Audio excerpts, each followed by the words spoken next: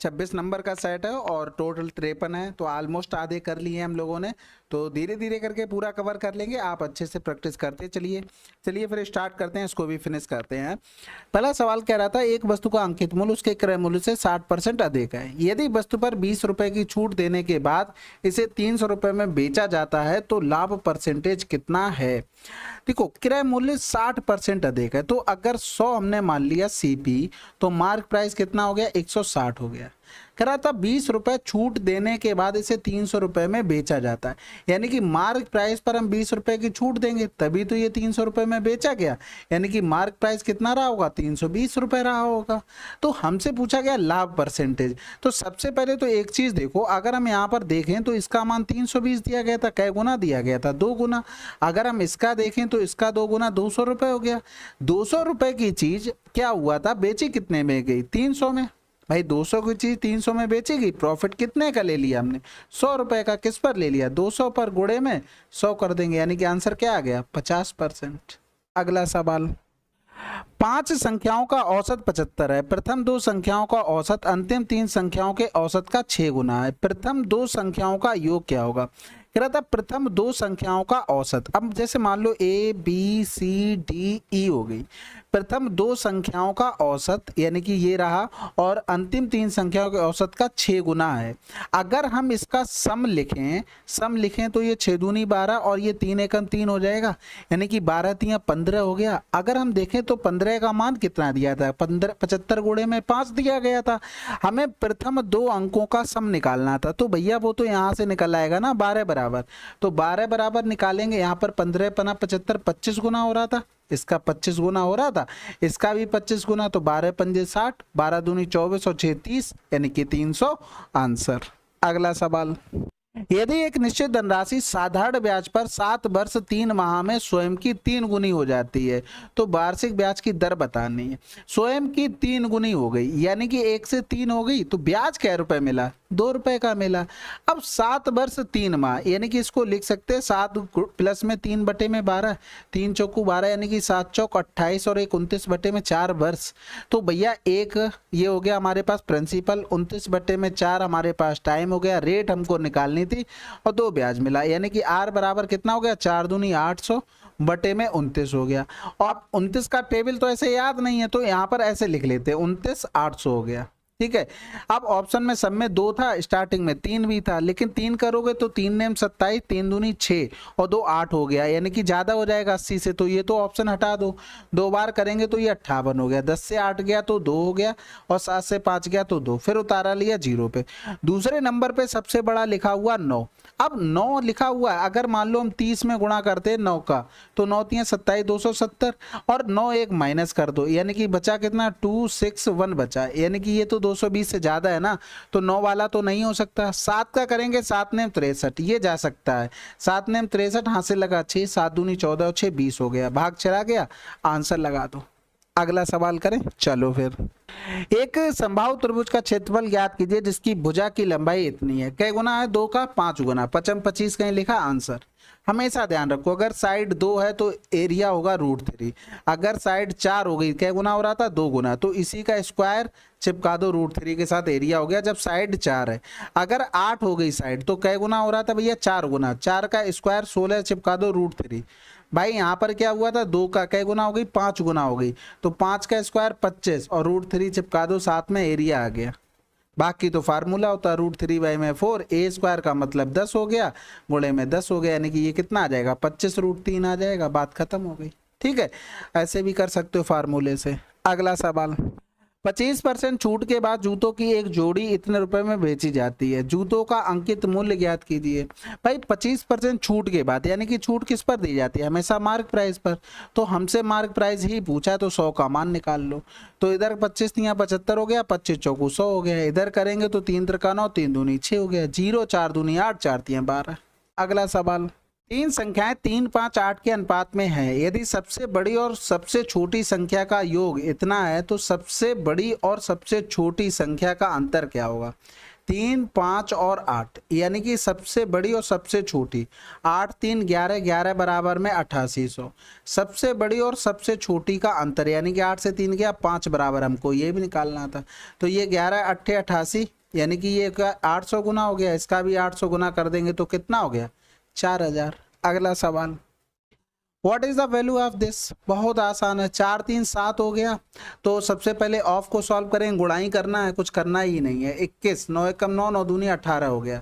इधर 7 7 नेम 63 हो गया, 18 7 126 और 6 132 हो गया। अगला सवाल, एक शर्ट इतने डॉलर में 20% की हानि पर बेची गई, शर्ट का क्रय मूल्य बताना है।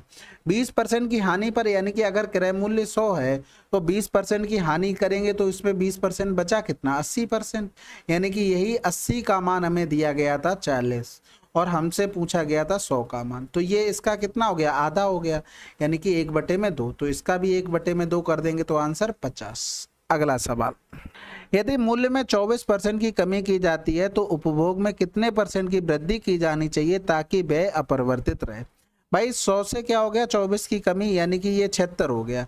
अब 24 ही बढ़ाना पड़ेगा किससे, 76 से, तभी ये सेम आ पाएगा। नहीं समझ में आया होगा। देखो मूल्य में क्या हुआ, इतनी की कमी हो गई, खपत हमने मान ली पहले 76 थी तो ये 100 रही। अब इनका गुणा करोगे, इनका गुणा करोगे, दोनों बराबर ही तो आएंगे। तो वही तो बोल रहा था अपरिवर्तित रहे, इसीलिए हम देखो अब यहाँ से यहाँ कर दो, चाहे यहाँ से यहाँ वही चीज कर दो, तो 24/76 गुणे में 100 कर सकते हैं ना। बस इतना ही तो खेल होता है। 4 छंग 24 हो गया, 4 एकम 4 हो गया, 3 बचा, 4 नेम 36 हो गया, यानी कि 600/19 हो गया। अब देखो 19 दूनी 38, 19 तियां 57 तक जा सकते हैं ना, बात खत्म हो गया। एक ही ऑप्शन 3 से स्टार्ट हो रहा था, 3 बचा था, फिर 19 एकम 19 ही करना पड़ता। ठीक है। अगला सवाल, एक बाइक के मूल्य में 25% कमी की गई और फिर इतने % की वृद्धि। तो बाइक के मूल्य में कितने % की वृद्धि, 25 की कमी 50 की वृद्धि, प्लस माइनस माइनस 25 गुणे में 50/100 हो गया। तो इधर कर देंगे 25 पंजे 125, 12.5 आ जाएगा, और इधर हो गया प्लस का 25 माइनस का 12.5 और इनका डिफरेंस करेंगे तो प्लस का 12.5, यानी कि ये क्या होगा, वृद्धि होगी। अगला सवाल, 45 की चाल से चल रही एक बाइक 4 घंटे में एक निश्चित दूरी तय करती है। यदि इसकी चाल में 20 किलोमीटर प्रति घंटा की कमी कर दी जाए तो समान दूरी तय करने में कितना समय लगेगा? देखो दूरी तो समान हो गई, तो हम रेशियो पर काम कर लेते हैं। पहले 45 थी, फिर 20 स्पीड कम कर दी तो बची कितनी 25, यानी कि अगर हम देखें टाइम का रेशियो तो 25 और 45 हो जाएगा, बिल्कुल हो जाएगा, क्योंकि अपोजिट होता है। 25 बराबर हमको 4 घंटे थे, तो 45 बराबर हमें निकालना था। 55 25 5 ने 45 हो गया, यानी कि 9 चौक 36/5। अब ये मिनट में बनाना पड़ेगा ऑप्शन में, तो ये 12 हो गया, 12 छंग 72 हो गया, 12 तियां 36 और 7 43, यानी कि 432 मिनट आंसर आ गया।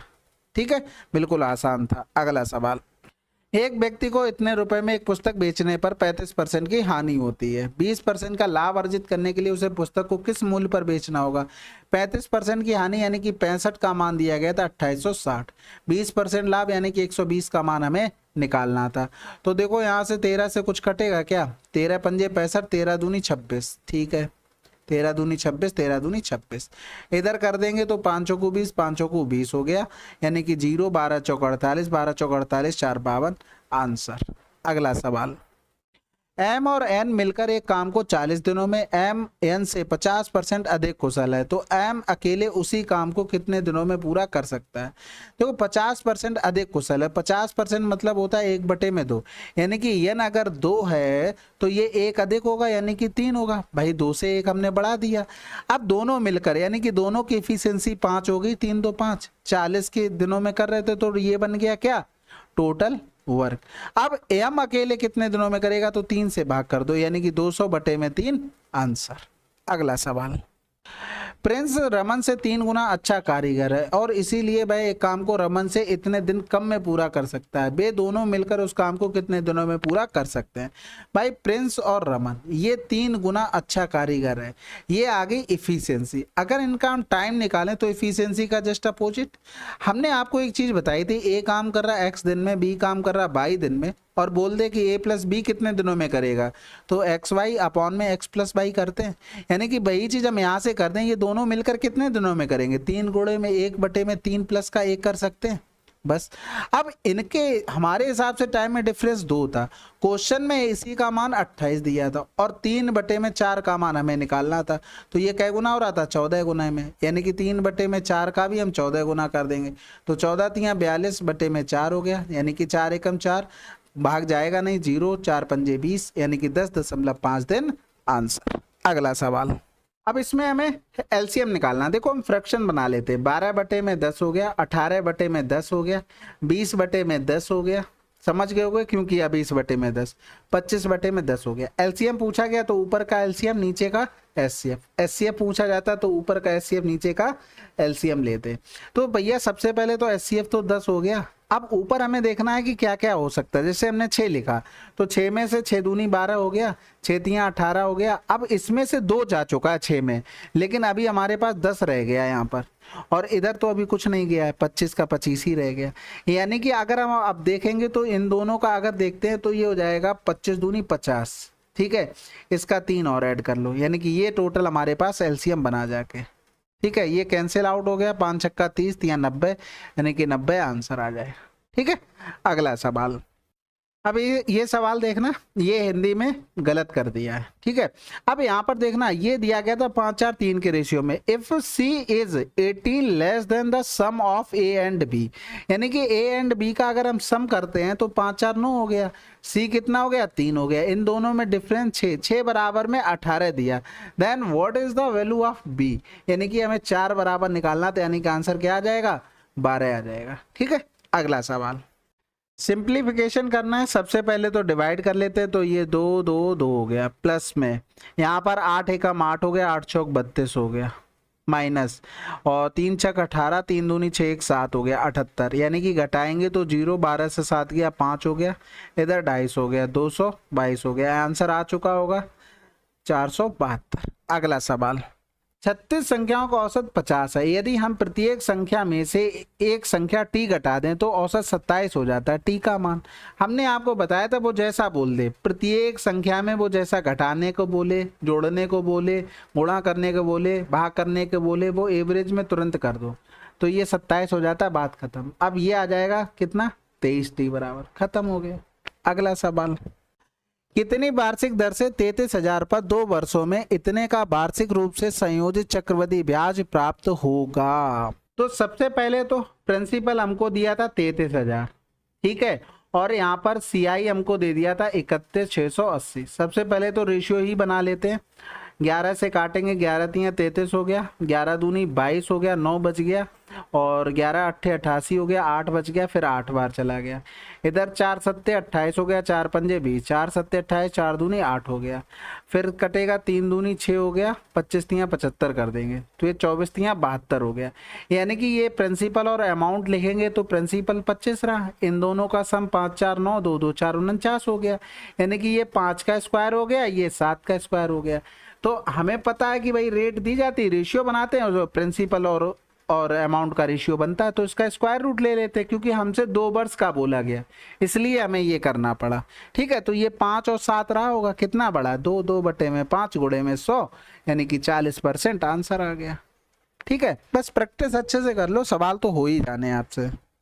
यदि संख्या ये 11 से विभाज्य है तो ए का मान हमें बताना है। भाई जोड़ लेते हैं अल्टरनेट टर्म, 5 3 8 हो गया, 8 4 12 हो गया, 6 4 10 हो गया, ए हो गया, यानी कि 10 प्लस का ए, यानी कि इन दोनों का डिफरेंस या तो 0 आ जाए या तो 11 हो जाए, तो 11 से विभाज्य होगा, तो एक ही जगह क्या रखेंगे 2 रख देंगे, तो डिफरेंस 0 आ जाएगा, 11 से डिवाइड हो जाएगा, ठीक है।